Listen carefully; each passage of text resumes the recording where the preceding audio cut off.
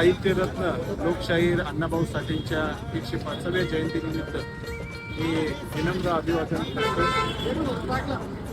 अण्णाभाऊ साठे यांनी आपल्या धारदार लेखणी आणि शाहिरीच्या माध्यमातून समाजातील उपेक्षित, दलित, वंचित यांच्या दुःखावर, व्यथावरती कडक असा प्रहार केला.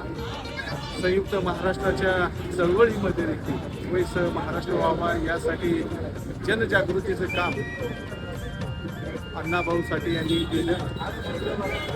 मी त्यांच्या एकूण कार्यास नमन करतो, वंदन करतो. चटके गरीबीचे साहून दुःखदा